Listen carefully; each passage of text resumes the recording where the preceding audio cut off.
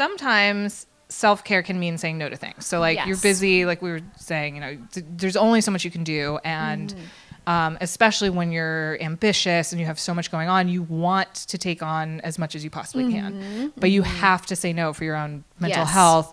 How do you prioritize what you choose to do? How do you prioritize the projects? How do you make sure you're being kind to yourself and not overdoing it? Yeah, it became, Everly really changed that for me. It was like, what can I do that can be there for her? So a lot of my projects, I'm saying, well, where does it film? How long am I away? I say no to a lot now, which I was nervous about because being a dancer, you are a hustler by nature. You want to make it work. It's very hard to say no. There was no saying no as a dancer. You know, you get a job, you're like, yeah. I'm so excited to have a job. So it was a little bit of a different mind frame that Everly brought for me. But funny enough, as soon as I had my boundaries, things just kind of came in that sort of fit that perfectly. Yeah. So it was like this kind of, I was scared, but then the universe was like, we got you. And It's now okay. I'm doing things I love even more. Yeah. And I'm not having to say yes all the time. That's amazing. Yeah. Why did you decide to write the book? How did it come together?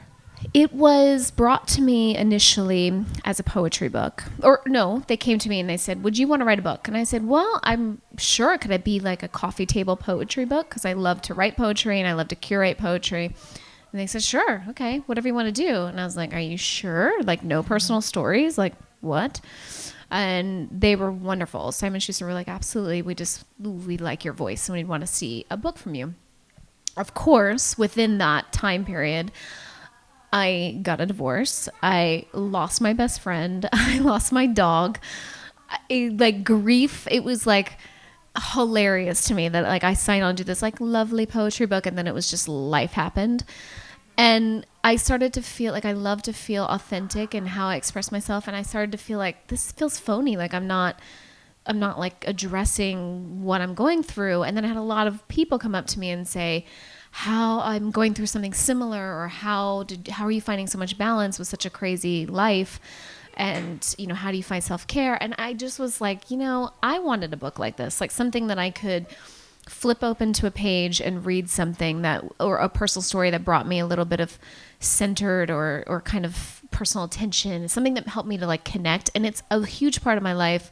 And not that many people knew about it prior to this book, but connecting to something greater than myself, like, you know, the universe, source, spirit, God, whatever you want to call it. That's like as a kid was something very important to me. It's something that I do every single day, which also really helps me navigate all this change.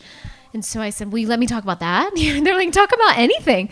So I put meditations in there. I told stories about that and kind of the goop-like, you know, journey that I go on. It's a breath work. It's all these things.